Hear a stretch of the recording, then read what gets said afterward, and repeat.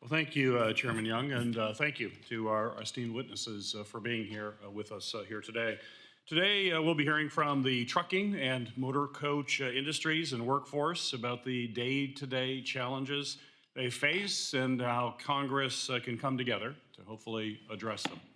Our nation's truck drivers are the backbone of our economy. These frontline workers spend long hours, often away from their families, at all times of day and night, transporting goods across the country to America's communities. In fact, in Michigan, over 80% of our communities depend exclusively on trucks to move their goods, especially in those rural, hard-to-reach corners of our state.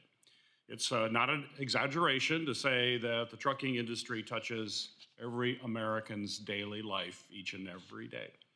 That's especially true for Americans who have made trucking their career. There are nearly 250,000 trucking jobs in Michigan alone, making up 1 in 15 jobs throughout my state. From long and short-haul drivers to mechanics, dispatchers, logistics coordinators, these jobs provide key opportunities for Michiganders. And I'm committed to making sure that these jobs live up to their promise for Michiganders by providing fair wages, health care, and retirement benefits.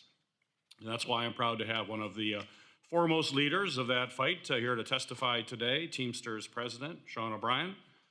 Mr. O'Brien and members of this panel know today very well the single most important factor in success of our truck drivers and this industry, as well as for road users across the country, is safety.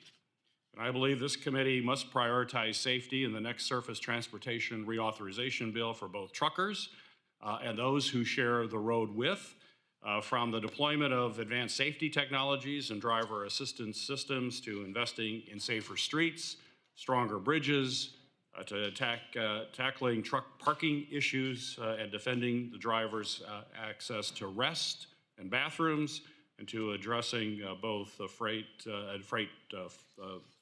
fraud and theft as well. I look forward to hearing from our witnesses today on how they think Congress and the Federal Motor Carrier Safety Administration can tackle these issues and how we can ensure the FMCSA follows through on effective enforcement.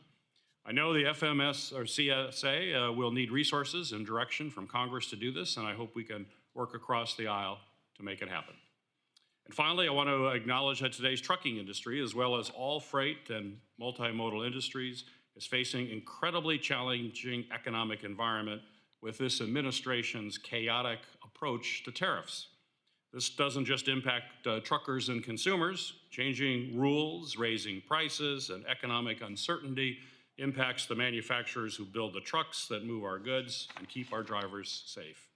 In Michigan, our robust commercial vehicle manufacturing supply chain relies on cross-border trade with Canada and with a global supply chain.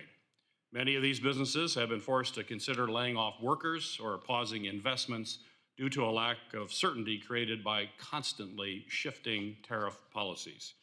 We can and should pursue policies to create commercial trucking manufacturing jobs here at home, but continued chaos will only serve to harm U.S. manufacturers, consumers, and our intermodal freight system. I am certainly looking forward to learning more about the challenges in this space as well from each of our panelists today. Thank you again for our witnesses for being here today and for your contributions to this industry that critically support the American economy. Thank you, Mr. Chairman.